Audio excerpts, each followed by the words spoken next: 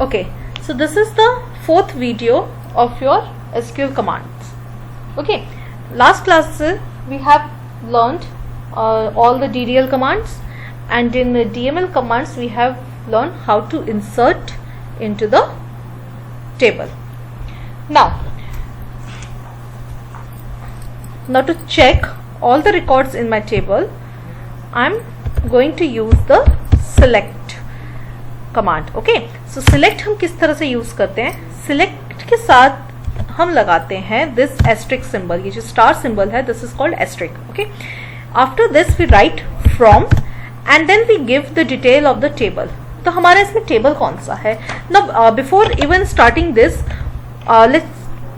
अगर हम directly start करते हैं, okay, let's just see what happens. It will show error, but let's just try what happened. The name of my table was student. Okay, and just execute this. Now what is the error? No database selected. Now why does it happen? Because always remember, whenever you start writing in MySQL command line client, okay, if I close and restart this window, every time I have to specify this, that use the selected database, otherwise it will give this type of error. Now imagine kariye, I don't remember the name of my database, I don't remember the exact name of my database.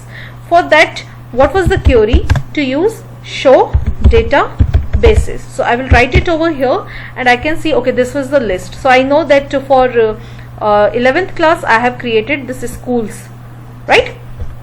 Okay, so I will write that use schools and click. So it has shown database changed. Now after this, if you don't remember the name of your table, then also you can write show tables and it will show, okay, so the name of my table is student. Now I can see using this select star from student.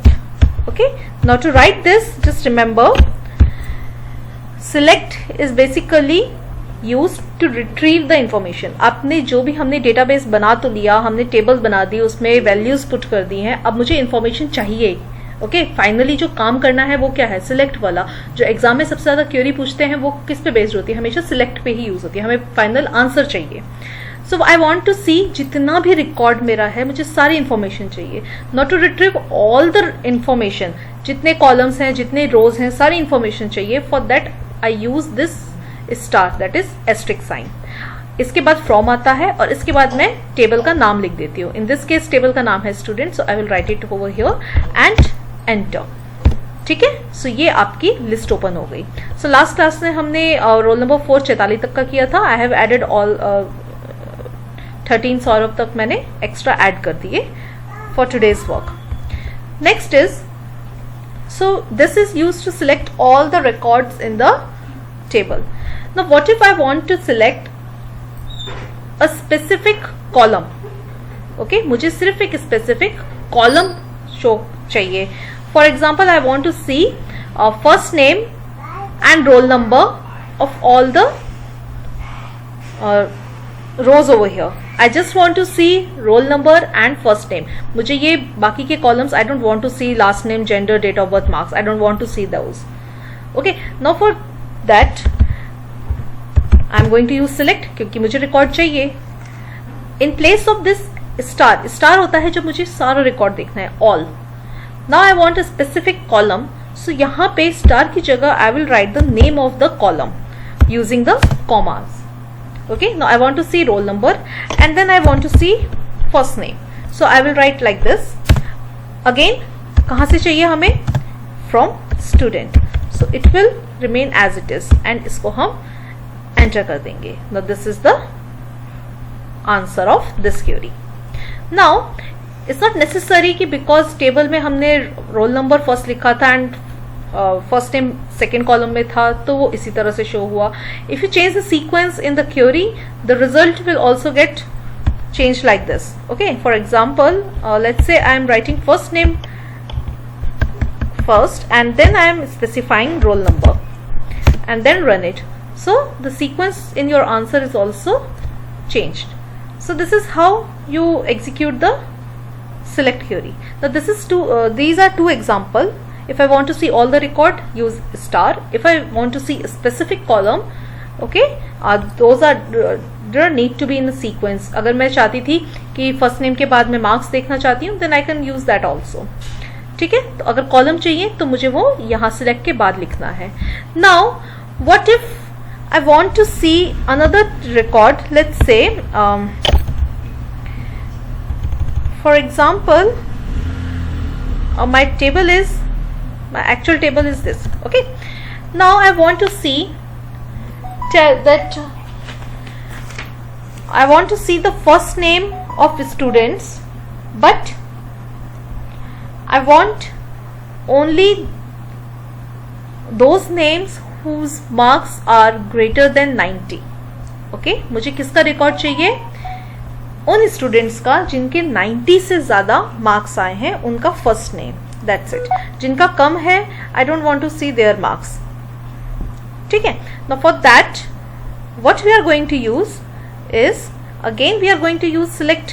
Okay, use तो select ही करना है. Now my question was, I want to see first name and marks. ठीक है, from obviously student, तो ये तो as it is हो गया. लेकिन यहाँ एक कंडीशन है कि मुझे फर्स्ट नेम और मार्क्स सारा नहीं चाहिए, मुझे सिर्फ उनका चाहिए जिनके 90 से ज्यादा मार्क्स हैं. For that what we use is, हम यहाँ पे एक क्लॉज यूज करते हैं विच इज कॉल्ड वेयर. एक वर्ड होता है वेयर, एंड यहाँ पे हम देते हैं कंडीशन. Okay, so where के बाद we specify the condition. Now you have to remember the sequence. You cannot write where student से पहले नहीं लिख सकते, from से पहले नहीं लिख सकते. This is the sequence कि सबसे पहले हम कमांड स्पेसिफाई करते हैं कि कमांड किस चीज के लिए है, सिलेक्ट है.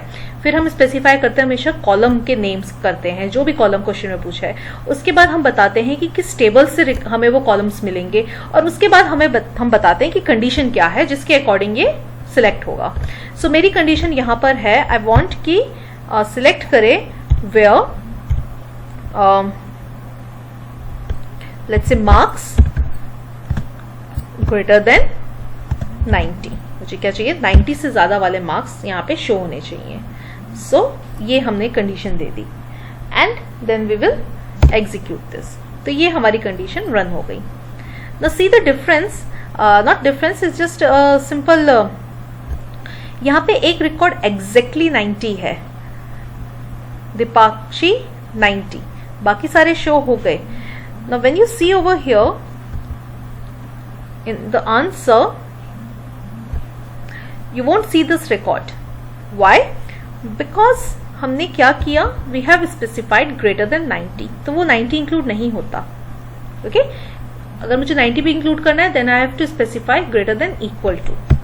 ठीक है, तब मुझे यहाँ पे greater than equal to specify करना पड़ेगा. and now it is also shown over here. तो यहाँ पे इस तरह का आपका आंसर आ गया. लाइक 5 रोज है, एंड ये आपका इनसेट, मतलब ये आंसर में आपके 5 रोज आई है, और इतना एग्जीक्यूशन टाइम उसमें लगा है. So this is how your queries execute होती हैं. So these are the simple way of using. ठीक है, यही तरीका होता है. बस आपके क्वेश्चन के अकॉर्डिंग स्लाइड्स आपको अकॉर्डिंगली चेंज करते रहना है हर जगह.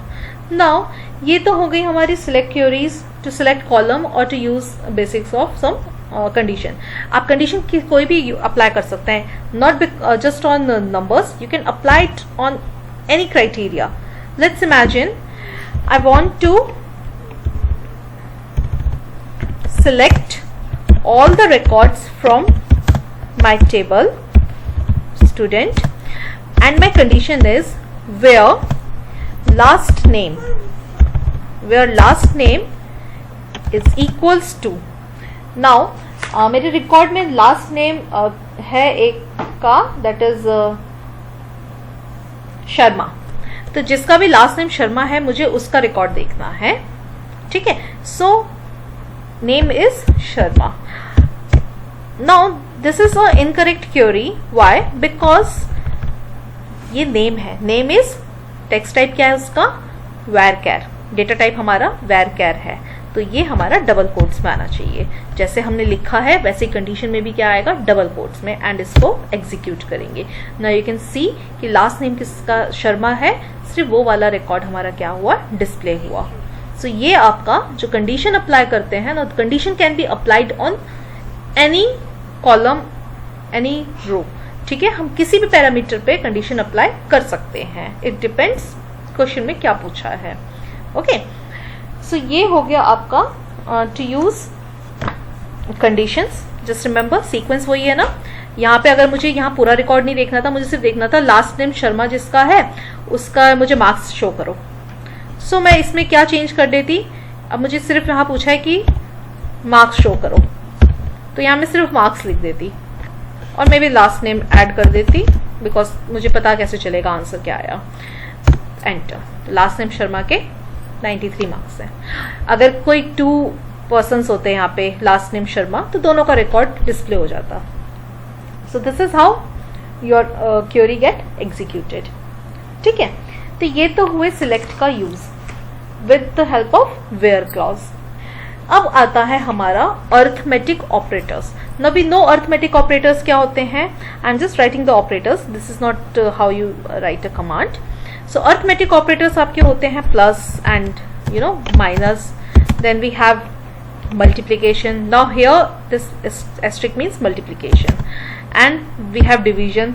उसको हम शो करते हैं इस तरह से बैकस्लैश से, and then we have a symbol of this percentage. but ये percentage नहीं होता कंप्यूटर में, ठीक है, हम जो भी लैंग्वेज पढ़ रहे हैं इसमें ये वाला जो सिंबल है, this is called modulus.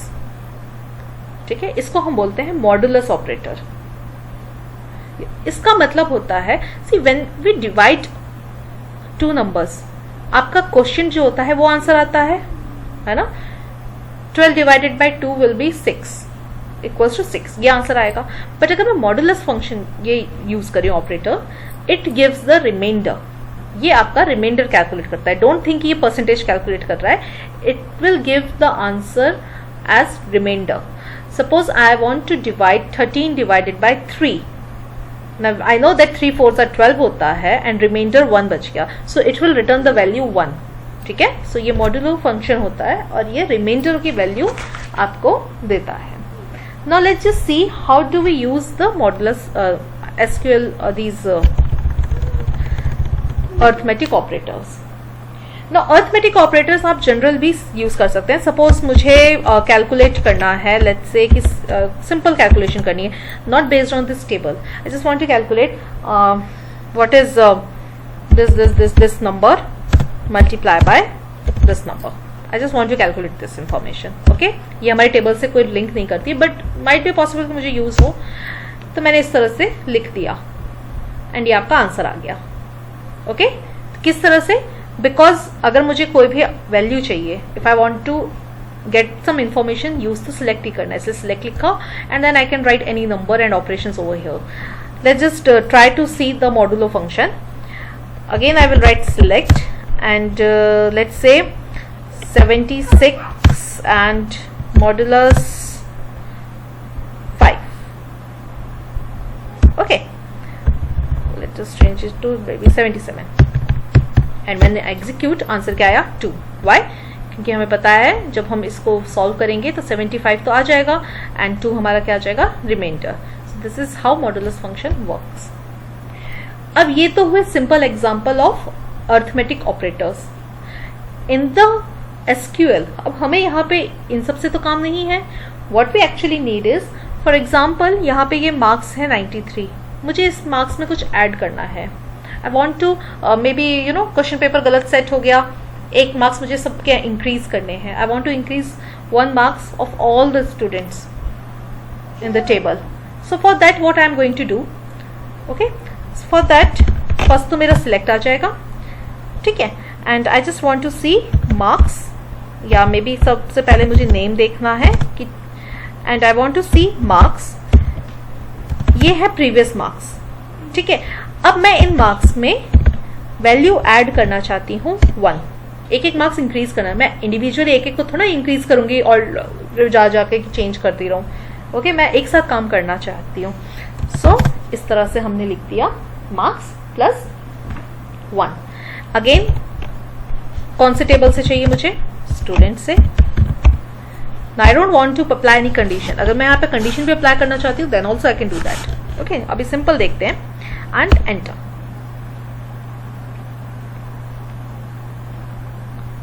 Sorry, it was not name. आपके इसमें फर्स्ट नेम है ना, F नेम है. So I have written it. Okay. Now see. मैंने क्वेरी में क्या लिखा? Select name, first name. So it is showing first name सब स्टूडेंट्स का, उनके मार्क्स. सो ये ओरिजिनल मार्क्स जो टेबल में स्टोर हैं वो शो कर रहा है. Then I have written marks plus 1. अब मैंने ये 1 मार्क्स जो ऐड किया है वो एक और कॉलम ऐड हो गया एंड स्टूडेंट से इंफॉर्मेशन एंड सी सारे मार्क्स 1 ऐड हो गए हैं. So this is how you can perform arithmetic operation in a table. Now imagine मुझे ये नहीं करना था. What I don't want to add 1 marks in all the columns row. Sorry, I wanted कि जिन बच्चों के 90 से लेस है सिर्फ उनके 1 marks increase. So I don't want to increase the marks जिनके 90 से अबव हैं. फॉर दैट मैं यहाँ पे इसी तरह से कंडीशन दे देती where marks is smaller than और इक्वल टू 90. रन. अब क्या हुआ? किस किस के मार्क्स चेंज हुए? सिर्फ जिनके मार्क्स क्या थे? लेस देन 90 है. सी यहाँ और इक्वल टू 90 है, बाकी के नहीं हुए. और जब हमने इस तरह का करा तो ये हमारा कॉलम में चेंज नहीं होता. Remember this thing, if I only applied this arithmetic operator तो यहाँ पे टेबल में जो रिकॉर्ड है उसमें कोई चेंज नहीं हुआ. इट जस्ट शोइंग मी कि ओके चेंज होके ये हो सकता है, but it's not finalising the change. अगर वो चेंज आपको एक्चुअल में परमानेंट वहां करना है देन वी यूज अपडेट, वो हम बाद में देखेंगे. अभी हम सिर्फ सिलेक्ट पे वर्क करते हैं. ठीक है.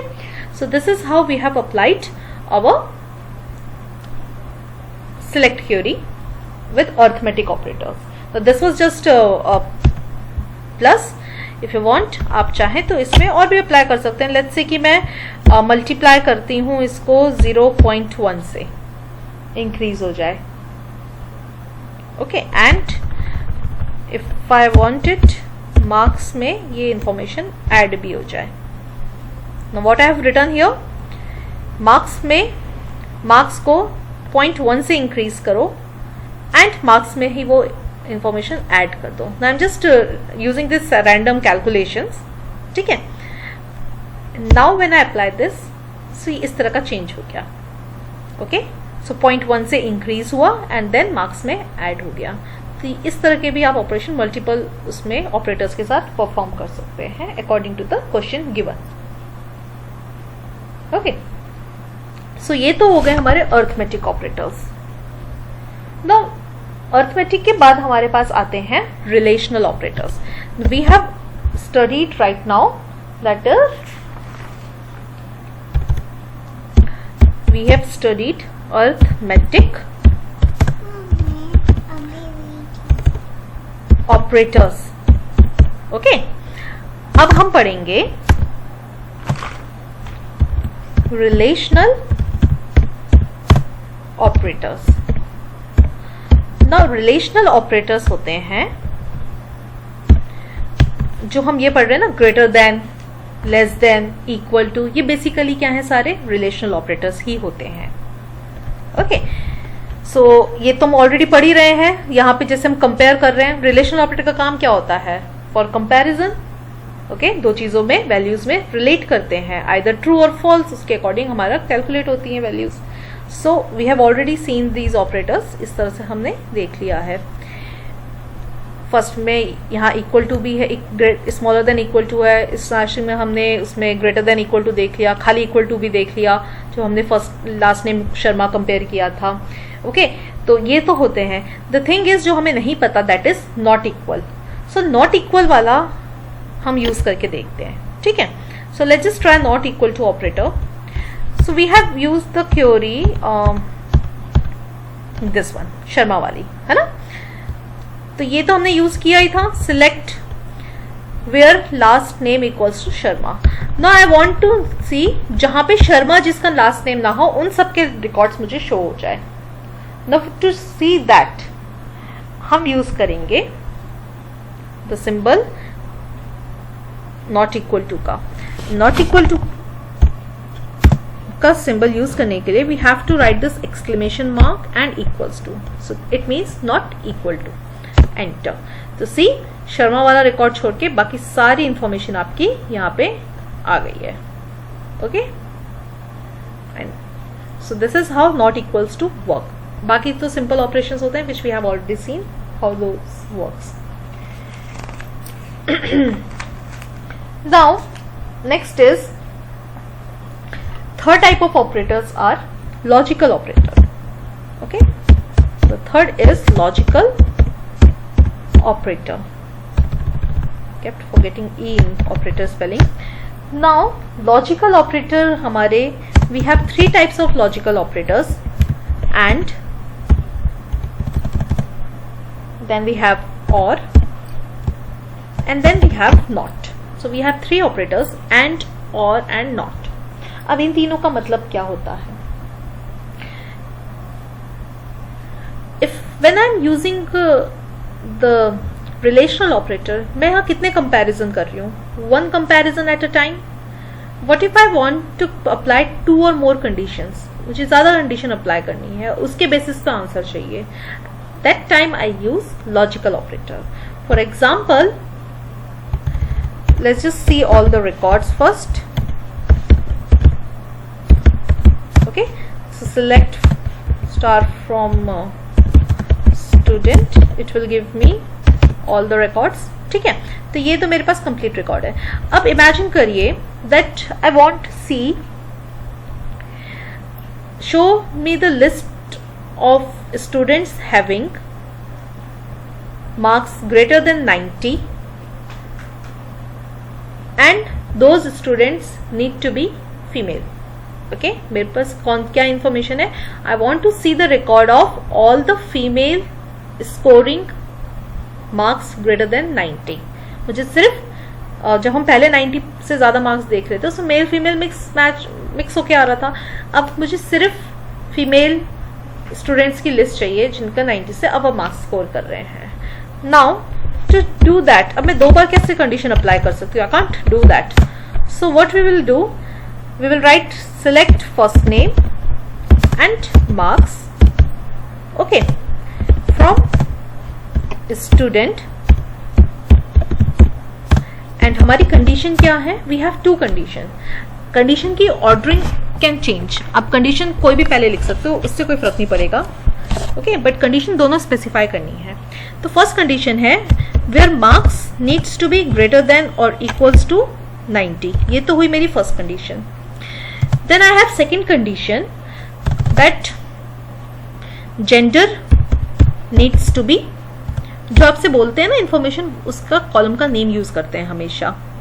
ठीक है, तो मैंने फीमेल बोला है तो वो क्या है? जेंडर है कॉलम का नाम. सो जेंडर इक्वल्स टू होना चाहिए female. Again it will be written in the single quote. अब मैं यहाँ पे इस तरह से नहीं लिख सकती. मेरे पास कंडीशन है कि फीमेल भी होनी चाहिए एंड 90 से अबव भी होने चाहिए marks. Therefore I use the operator and.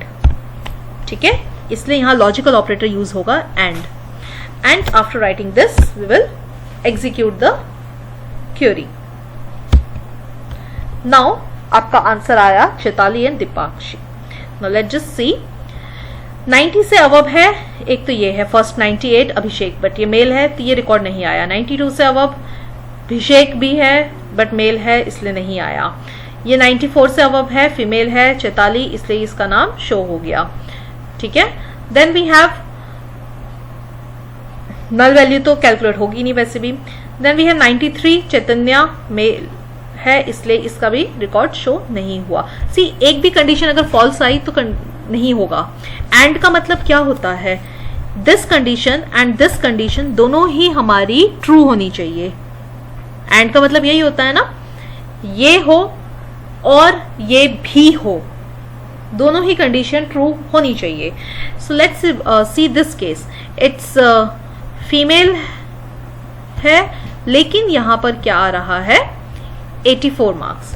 तो फीमेल वाली कंडीशन तो वेरीफाई हो गई, लेकिन 84 वाली फॉल्स हो गई, इसलिए ये वाला रिकॉर्ड भी शो नहीं होगा। जहां पे दोनों ही कंडीशन हमारी सही होती है, then only we will able to see the marks correctly. I think मैंने यहाँ पे थोड़ा सा मिस्टेक कर दी है, चैतन्य वाले में फीमेल होना चाहिए था, देव वाले में मेल होना चाहिए था। हम वो भी नेक्स्ट में देखेंगे कि ये जो हमने मिस्टेक कर दी है रिकॉर्ड में, इसको कैसे हम ठीक कर सकते हैं, ठीक है। So we will see that afterwards. So ये हो गया हमारा इस तरह से रिकॉर्ड चेकिंग। अब ये तो था एंड का यूज। सेम इसी क्वेरी को हम यूज कर सकते हैं यूजिंग और। इफ आई राइट और ओवर हियर, इसको अब एग्जीक्यूट करें तो सी बहुत सारे रिकॉर्ड्स आ गए। Now why does it happen? Now the meaning of or is even if one condition is true, हमारा आंसर ट्रू हो जाएगा। एक भी कंडीशन यहाँ पे से सेटिस्फाई हो गई, it will show the record. और का मतलब क्या होता है, या तो ये सही हो जाए या तो ये सही हो जाए, और दोनों ही हो जाए तो और भी अच्छी बात है, ठीक है। सो और का मतलब है कोई भी एक कंडीशन सेटिस्फाई हो जाएगी एंड हमारा काम चल जाएगा। ओके, सो लेट्स जस्ट सी कि किस तरह से ये रिकॉर्ड्स है। लेट्स से अभिषेक, चैताली, ये देखो चैताली फीमेल आ रहा है, 94 से अबव है, ठीक है। अभिषेक मेल है, ये अलग गलत है, लेकिन 90 से अबव है, इसलिए यहाँ रिकॉर्ड शो हो गया। तो इस तरह से आपका रिकॉर्ड्स वर्क कर लेते हैं, ठीक है। सो ये हो गए लॉजिकल ऑपरेटर।